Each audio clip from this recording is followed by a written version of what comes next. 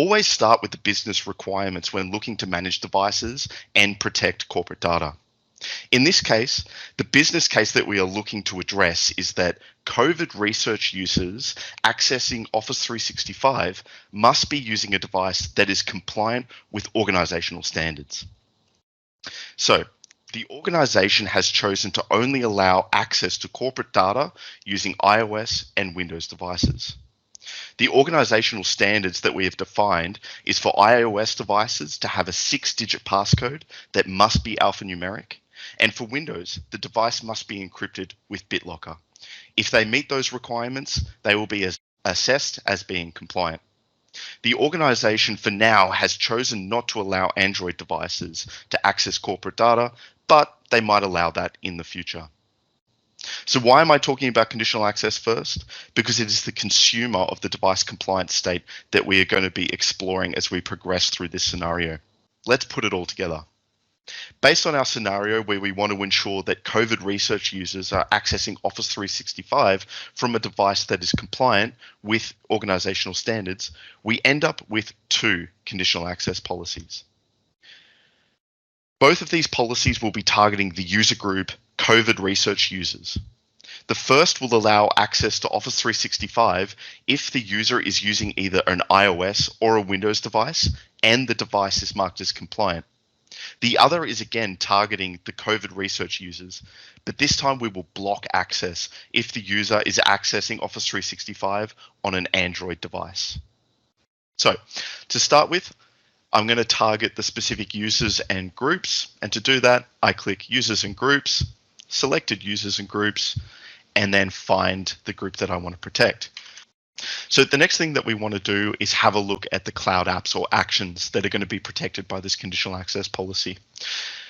What we're going to be doing is protecting a selected application. And as you can see, we've got a whole heap of applications here that we're able to protect.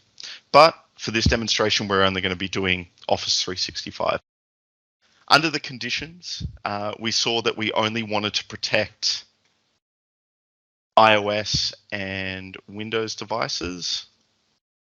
So let me go ahead and get those. And underneath the grant control, we only wanted to allow access on iOS and Windows devices when they had been marked as compliant. So let me select that grant control. And at this stage, now that we've authenticated, conditional access should pick up our session and have a look at the device that we're trying to access Office 365 from. Because the device is not enrolled with an MDM, it's not able to be compliant. So therefore, conditional access has blocked us from accessing Office 365.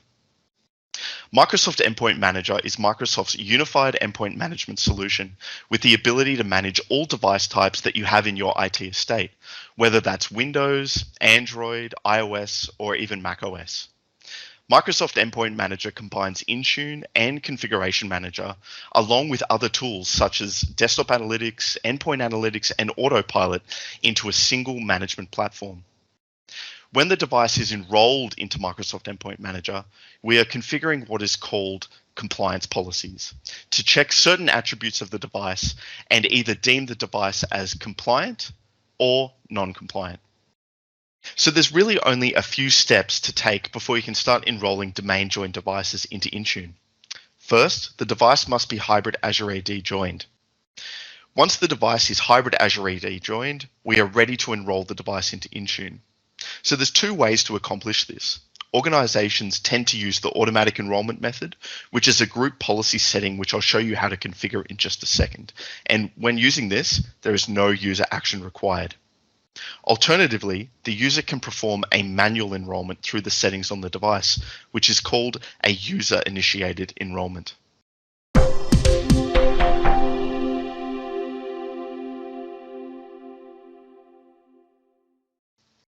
Okay, so we've just jumped onto the domain controller and launched Group Policy Management Console. So we're going to be creating the group policy that's going to be automatically enrolling our devices, our domain joined devices, into Intune. So to do that, I'm going to navigate to the OU that contains our devices, right click and create a new GPO in this domain and link it here. I'm going to call this automatic automatic device enrollment. Once that's been created, go ahead and edit it. Okay, so navigate to policies, administrative templates, Windows components, and then MDM. Double click on enable automatic MDM enrollment using the default Azure AD credentials. Enable it and make sure that the the credential type to use is set to user credential. Click apply and then click OK. Okay, so I've just jumped back onto our Windows 10 device and I've rebooted it so I make sure that I get the latest group policies that we just set to automatically enroll the device inside of Intune. So a few things that we should probably check. Open up a command prompt and I'll make this a little bit bigger and type in dsreg cmd/status. That's going to show us all the configuration options and the current status of the device registration inside of Azure AD. The things that we're looking for is that the device is obviously domain joined, yes, and also it's Azure AD joined. When these two options have been configured and they're set to yes, that means the object or the device has been successfully hybrid Azure AD joined. We're also going to see some information about our tenant. So here's all the information there. The tenant name will be your tenant's name. So in this example, it's obviously Contoso, but that will be updated to whatever your organization has named their Azure AD tenant. And the other thing that we want to check is that we've got an Azure AD PRT, a primary refresh token. And that's basically what allows us to do single sign-on into corporate resources. So what else has changed? If we come into settings and we go to accounts and then access work or school, what we'll notice is that when we click on the icon that's here, you're going to have a new settings button here that's called info. When we click info, we'll be able to see some information about basically the Intune management of this device. So we can see that we've got a management server address and we've got the option to sync our device.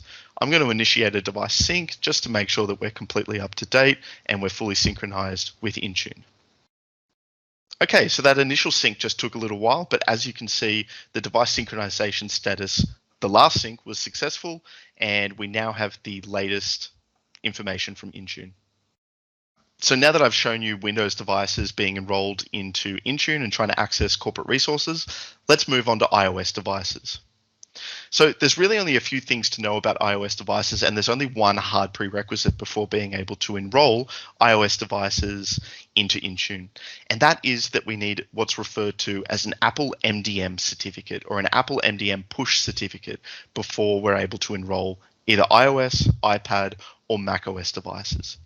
So this certificate is actually used by the Apple Push Notification Service to maintain a connection between Intune and the device. It does need to be renewed yearly, but it is free.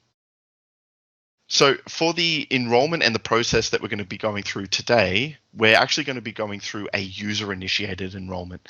And to do that, the users are going to have to download Company Portal from the Apple App Store. They're then going to be prompted to sign in with their work credentials, and then they need to follow the bouncing ball. It's pretty intuitive in order to enroll their personal iOS devices. Now, if we were using corporate devices, we wouldn't need to go through this process because there's something called ADE or Automated Device Enrollment. And that's basically a zero-touch enrollment process that you're able to use for corporate iOS devices. Now, there is also a special setting that I wanted to call out. It's called supervision or a supervised device. So when we're talking in the context of iOS devices, there are certain configuration and certain options that we're only able to do for supervised devices.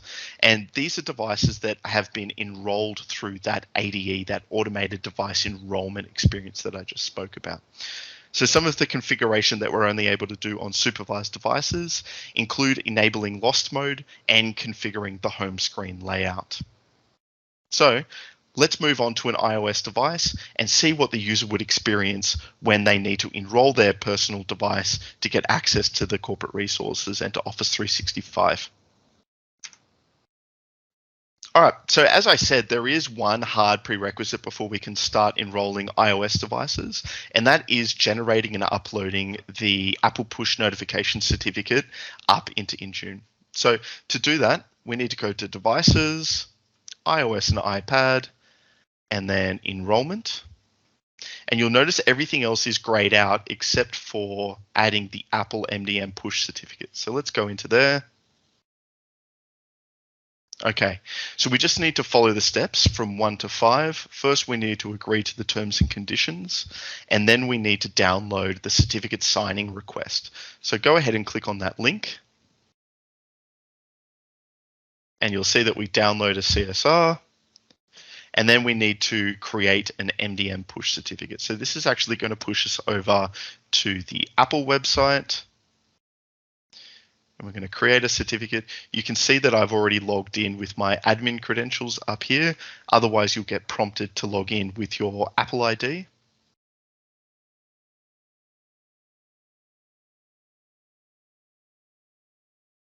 There we go. So just choose your Intune certificate signing request and click upload. Once it's uploaded, it's going to give you a prompt to download the Apple push notification certificate. So I'm just going to download that. And then jump back into the Intune portal and enter in the Apple ID that you use to create the certificate. So I just jump back over and copy the username and then browse to the certificate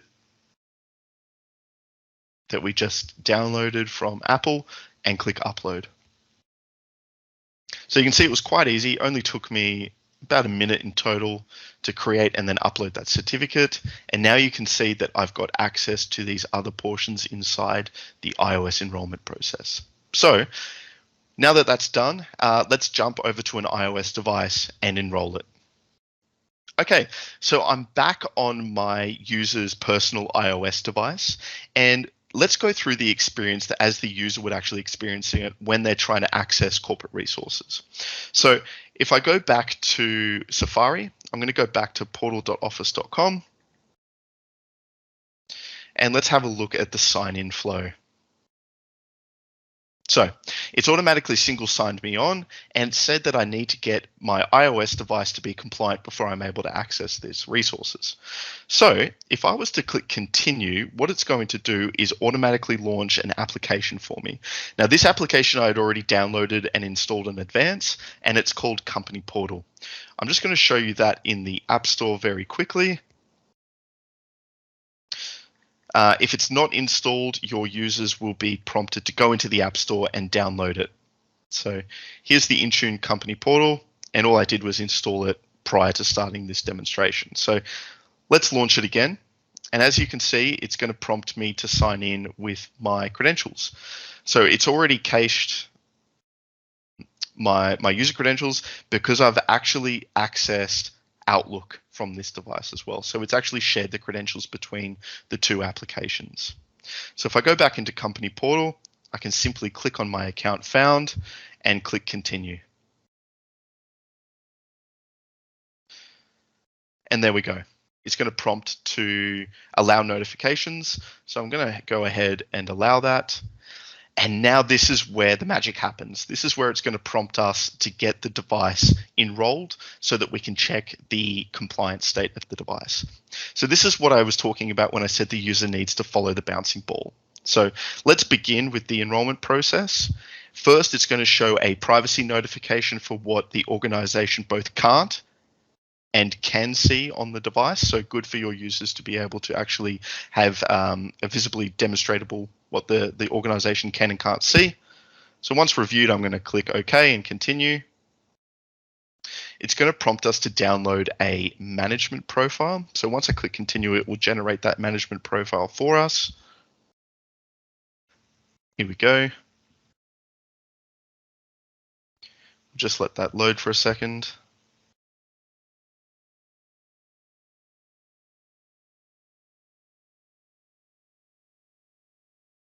There we go. So it's prompting me to allow the download of the profile. I definitely want to allow that one. And the profile has been downloaded, so I can close that. So continue back to the company portal app, and now I need to install the management profile. So to do that, I just click continue, and it's going to give me some steps in order to do that. So what I need to do is go to settings, in general, click on profile. See, it's automatically picked up the downloaded profile. So click in there and click install up into the top right. Confirm the installation.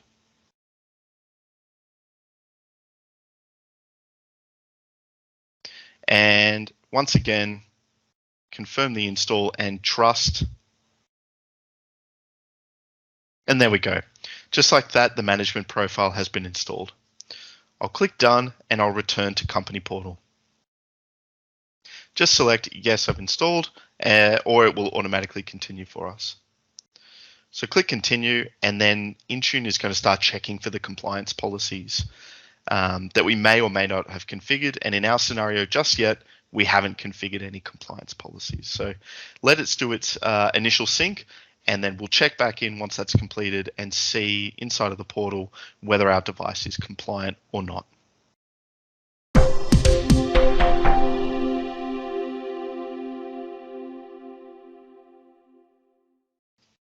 Okay, so I'm back inside of the Azure AD portal at the moment, and I've just navigated to all devices. We can see that my Windows 10 device has shown up. The join type is hybrid Azure AD join. We can see the owner, which is actually the user that's associated with that device, that enrolled that device. And most importantly, the MDM column and the compliant column. So we can see that the MDM, the management authority responsible for this device, is now been set to Microsoft Intune, and the compliance state of this device has been set to no. So now that the device has been enrolled, let's jump over to the Microsoft Endpoint Manager console and have a look at that particular device. So inside of the Microsoft Endpoint Manager Admin Center, I've just navigated to devices and then Windows devices. And again, here is the Intune object, or the Intune representation of that Windows 10 device. Again, we can see the compliance state of that device is non-compliant. So let's drill into that a little bit more. We already know why it's not compliant, and that's because it doesn't have a compliance policy associated with it. And we can verify that by clicking on device compliance, and we can see that the built-in device compliance policy has configured it to be not compliant. So if I drill into that setting, this is the exact reason why that device has been set not compliant, which it doesn't have a compliance policy assigned with it. So let's fix that. Let's navigate back to devices, to Windows, and then to compliance policies. Let's create a new policy. The platform type is going to be Windows 10 and later, and it's already scoped it to be a Windows 10 compliance policy, and click create. First, we're going to have to give it a name. So I'm just going to call this SBD Office 365 Windows compliance policy. Click next. And now we're going to get to see all of the different compliance policies and the attributes that we're able to check for on the device to determine whether it's compliant or not. So if we think back to our organizational requirements, what the organization deems to be a compliant device, that was if BitLocker has been enabled on the device or not. So to do that, I'm just going to scroll down to System Security, find encryption, and then the particular compliance policy that's relevant to our organizational standards is going to be to require encryption of data storage on the device. Let's require that and click next. Now, the actions for non-compliance, there's a few things that I can do when Intune determines that the device is not in compliance. Of course, we can mark that device as non-compliant, and we're going to do that immediately, which is 0. But there's a few other things that we can do. For instance, we can send an email to the user telling them that their device is not compliant, and maybe add in some steps that they can rectify that. Alternatively, we could retire the non-compliant device as well. In this scenario, we just want to mark the device as not compliant, so I will leave it as that, and I will click next. And here is where I need to target the compliance policy. So if you recall, we created a dynamic Azure Active Directory group that's going to contain all of our Windows devices. So let's target it at that group. And our group was called All Windows. There it is. Let's select it, click Next. And this is the final page. We're just going to confirm that everything is correct.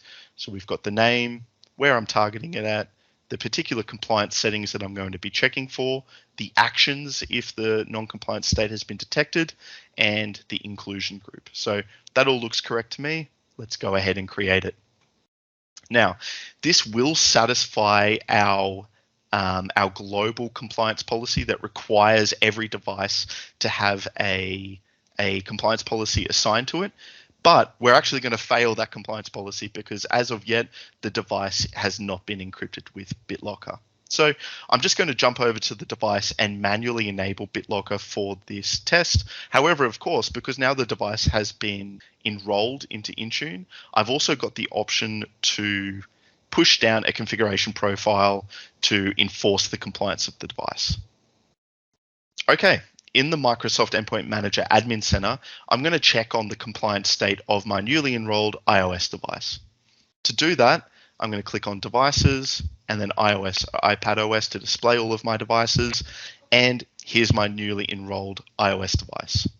So we can see that the compliance state has been set to non-compliant. And just like our Windows device, let's drill in to find out why it's not yet compliant. So if I click on the device itself, and then I click on device compliance, we can see again it's failed because the built-in device compliance policy has failed, and that's because a compliance policy has not been assigned. So let's rectify that and assign it a compliance policy. So I'm drilling back into iOS devices, to compliance policies, and I'm going to create a new compliance policy. It's already targeted to iOS and iPadOS with a profile type of compliance policy. Give it a name, SBD, Office 365, iOS compliance. Now, if you recall back to what the organization requires for the device to be compliant, it's that a passcode has to be set and it has to be alphanumeric. So let's just have a look at all of the particular settings that we can have a look at to enforce compliance. And if I scroll down to system security, here's one that's titled password. So we're going to require a password to unlock mobile devices. So let's require that. The minimum password length is going to be 6 digits, and the password type is going to be alphanumeric. Now, there's a number of other password states that I can check for compliance, but for the moment, the only thing the organization has required, as I said, is a minimum password length and an alphanumeric password. So let's leave it at that and click Next. Just like the Windows devices, we've got multiple actions that we can take when a device has been deemed as not compliant. We're just going to leave it as mark the device as non-compliant and click Next. And we're going to target this at the device group that we created for iOS devices, which is actually the first one in the list, all iOS and iPad OS devices. So let's select that and review the policy we're about to create. Have a look at the name, make sure it makes sense. Require a password to unlock mobile devices, require minimum password length of 6, and the password type is going to be alphanumeric. Mark devices non-compliant, and the included groups is going to be all iOS and iPadOS devices. So that looks good to me. Let's create it. Perfect. Let's jump back to our iOS device, do a synchronization, and see what happens. Okay, so I'm back on the user's personal iOS device, and I've just launched into Company Portal. You'll notice that there's some big red exclamation marks that bring the attention of the user to it. So it's saying that I'm going to need to update settings on the device and to check here for some additional details. So it's actually telling the user that the device is not yet compliant, and it's going to tell them why. In this particular instance, as we configured, I need to set a password. So because this is a personal iOS device, I hadn't yet set a password on it, but now I'll go ahead and do that. So if I go back, And you'll notice that the device itself is actually going to prompt me to set a password. So I'm just going to click change now. I'm just going to put in a relatively easy one that's going to match our compliance policy, 1234 AS. Perfect. Now, if I jump back into Company Portal, I'm going to retry.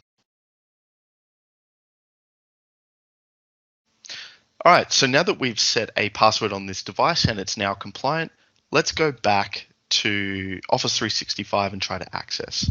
So I'm just going to close that tab that we were originally trying to access on. Again, go to portal.office365 and click go.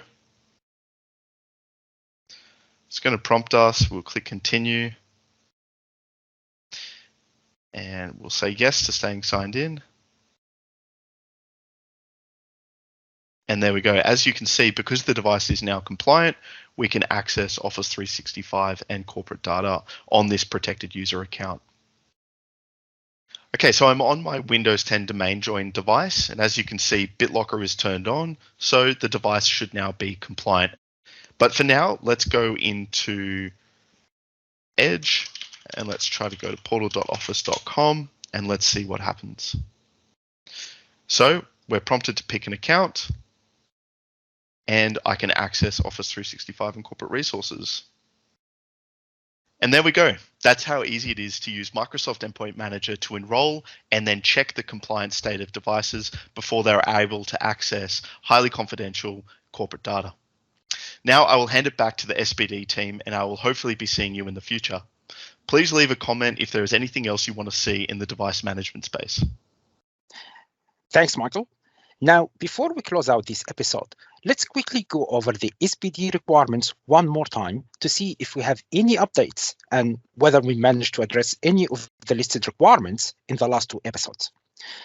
So the only applicable and frankly quite important requirement that we managed to address in the last two sessions with Michael is to ensure COVID-19 research users' devices connected to the corporate environment is fully managed and compliant with appropriate policies before allowing access to the data. As now we have configured our tenant to only allow COVID-19 research users to access their Microsoft 365 mailbox, OneDrive for Business, or any workload really, only from a fully managed and compliant device, we have significantly lowered the risk of highly confidential data being compromised. So with that, we have now completed the Microsoft Endpoint Manager demo. Hope you enjoyed it, and we'll see you in the next episode. Thank you. Welcome back. Thank you for watching so far, and I hope you enjoyed. Make sure to watch our next videos in this great scenario-based demo video series that we prepared just for you.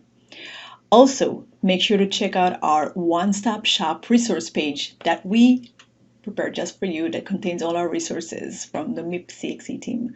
That's at aka.ms/MIPC/OSS. Thank you, and see you on our next videos.